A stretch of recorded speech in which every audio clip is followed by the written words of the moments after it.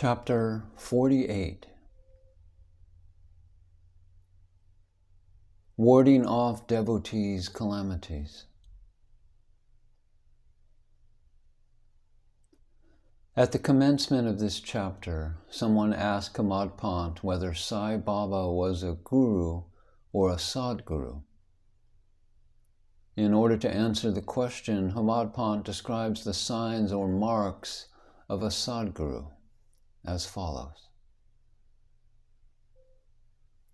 He who teaches us Veda and Vedanta, or the 6 Shastras, he who controls the breath, or brands his body with mudras, or gives pleasing discourses regarding Brahman, and he who gives mantras to the disciples and orders them to chant the same a certain number of times, but does not assure them any result in a definite time, and he who by his spacious wordy knowledge explains beautifully the ultimate principle, but has himself got no experience or self-realization, is not a sadguru. But he who by his discourse creates in us a distaste for the enjoyments of this world and the next, and gives us a taste of self-realization, who is well versed in both the theoretical and practical knowledge of self-realization, deserves to be called a sadguru. How can he who is himself devoid of self-realization give it to the disciples? A sadguru does not, even in his dream, expect any service or profit from his disciples. On the contrary, the true sadguru wishes to serve them. He does not think that he is great and the disciple is small. Not only does the sadguru love him as his son, but regards the disciple as equal to himself, as one in Brahman.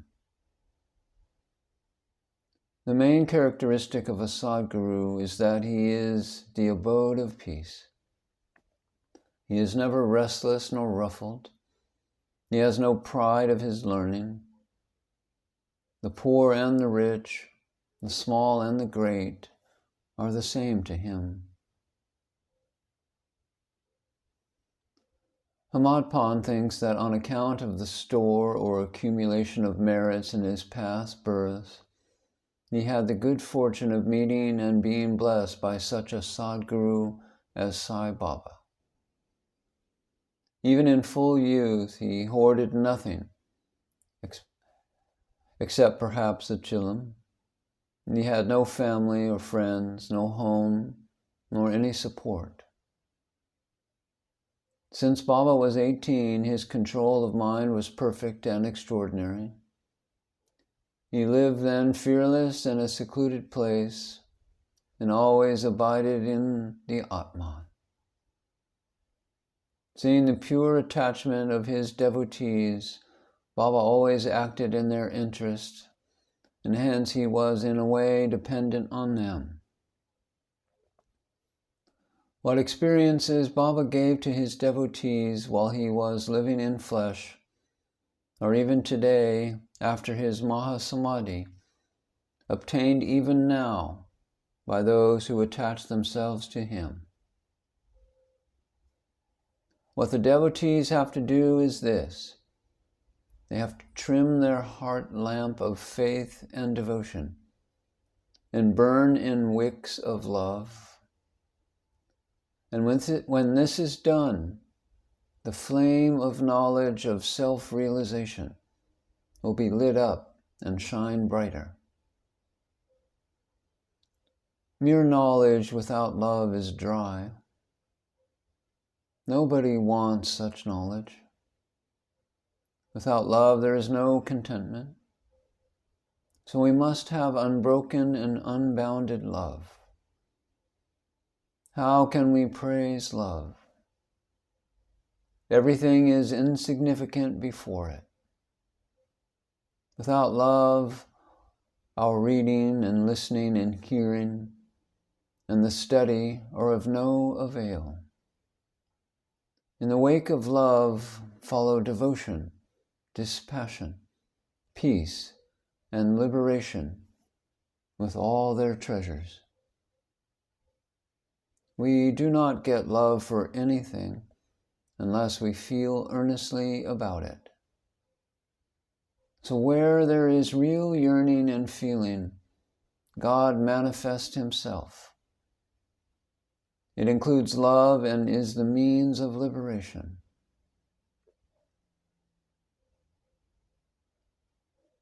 Now let us revert to the main story of this chapter. Let a man go to a true saint with a pure mind. Otherwise, fraudulently and hold his feet, ultimately he is sure to be saved. This is illustrated by the following stories.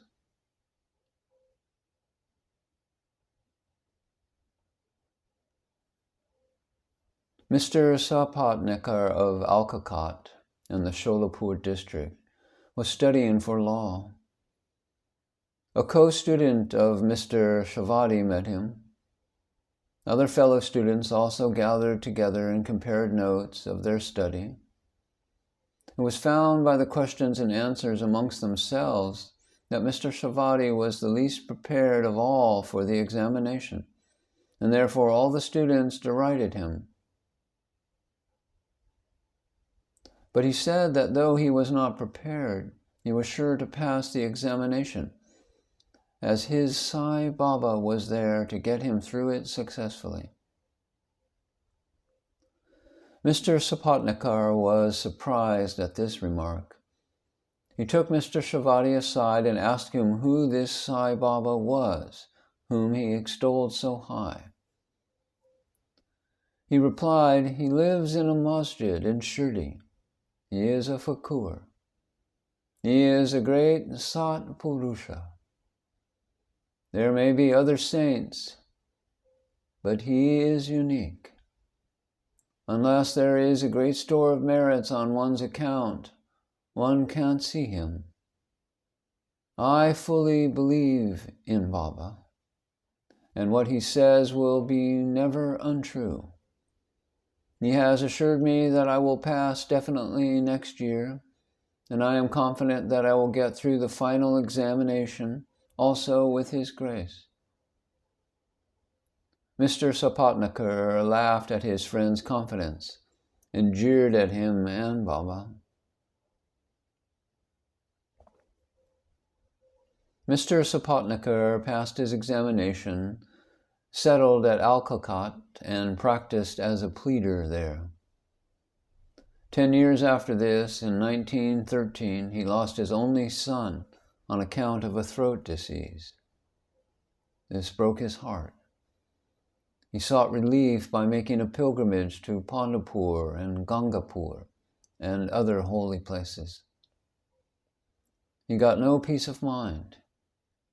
Then he read Vedanta, which also did not help him. In the meanwhile, he remembered Mr. Shavadi's remark and his faith in Baba, and he thought that he too should go to Shirdi and see Baba. So he went to Shirdi with his younger brother, Pandit Rao, and was much pleased to see Baba from a distance. When he went near and prostrated himself and placed a coconut before Baba with pure feeling and devotion, Baba at once cried out, "Away, Sapnekar!" And he hung down his head and moved back and sat aside. He wanted to consult somebody who would advise him how to proceed. Somebody mentioned Bala Shimpi's name, and Sapatnekar saw him and sought his help. They bought Baba's photos and came with them to the masjid. Baba Shimpi took a photo in his hand, gave it to Baba, and asked him whose photo it was. Baba said that this photo was the Yara, the lover of him, pointing to Sapatnekar. Saying this, Baba laughed and all the others joined. Bala asked Baba the significance of the laugh and beckoned Sapatnakar to come forward and take darshan. When Sapnakar began to prostrate himself, Baba again cried out, and Sapatnakar did not know what to do. Then they both joined their hands and sat before Baba praying. Baba finally ordered Sapatnakar to clear out immediately. Both were sad and dejected. As Baba's orders had to be obeyed, Sapatnakar left Shirdi with a heavy heart, praying that he should be allowed to take darshan next time. 1 year elapsed. Still his mind was not at peace. Sapatnakar went to Gangapur, where he felt more restless. Then he went to Madhagon for rest and finally decided to go to Kashi. 2 days before starting, his wife got a vision.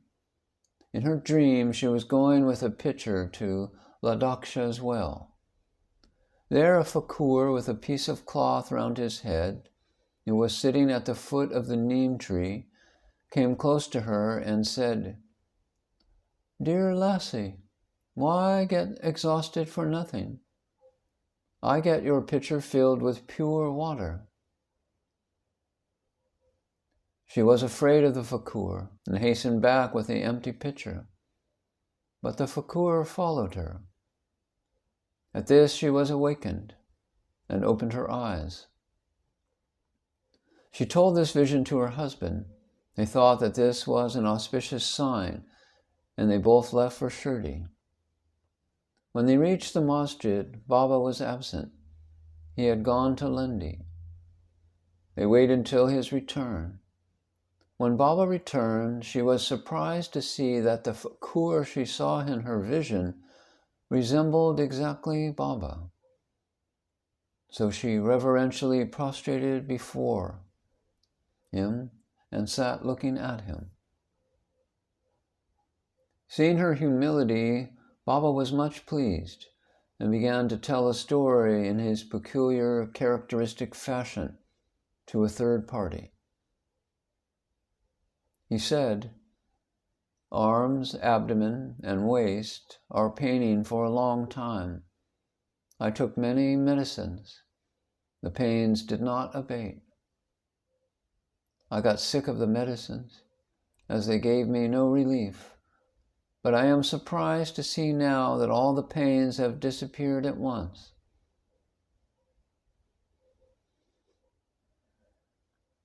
Though no name was mentioned, it was the story of Mrs. Sapatnakar herself. Her pains, as described by Baba, left her soon, and she was happy. Then Mr. Sapatnakar went ahead to take darshan. He was again welcomed with the former. This time he was more penitent and persevering. He said that Baba's displeasure was due to his past deeds, and resolved to make amends for the same. He determined to see Baba alone and ask his pardon for his past actions. This he did. He placed his head on Baba's feet, and Baba placed his hand on it, and Sapatnakar sat stroking Baba's legs. Then a shepherdess came and sat massaging Baba's waist. Baba, in his characteristic way, began to tell the story of Abhanya. He related the various vicissitudes of all his life, including the death of his only son. Sapatnakar was surprised to see that the story which Baba related was his own, and he wondered how Baba knew every detail of it. He came to know that Baba was omniscient and knew the hearts of all. When this thought crossed his mind, Baba, still addressing the shepherdess and pointing to Sapatnakar, said, "This fellow blames me and charges me with killing his son. Do I kill people's children? Why does this fellow come to the masjid and cry? Now I will do this. I will again bring that very child back in his wife's womb. With these words, Baba placed his blessing on his head and comforted him, saying, "Feet are old and holy. You are carefree now. Place entire faith in me, and you will soon get your object." Sapatnakar was much moved with emotion. He bathed Baba's feet with his tears and then returned to his residence. Then he made preparations of worship and came with his wife to the masjid. He offered all this to Baba daily and accepted prasad from him. There was a crowd in the masjid, and Sapatnakar went there and saluted Baba again and again. Seeing heads clashing against Baba's head, said to Sapatnakar, "Why do you prostrate yourself now and then? The one namaskar offered with love and humility is enough." Then Sapatnakar witnessed that night the Chavadi procession. In that procession, Baba looked like a veritable Vital. At parting the next day, Sapatnakar thought that he should first pay 1 rupee as dakshina, and if Baba asked again, instead of saying no, he should pay 1 more, reserving with him sufficient amount as expenses for the journey.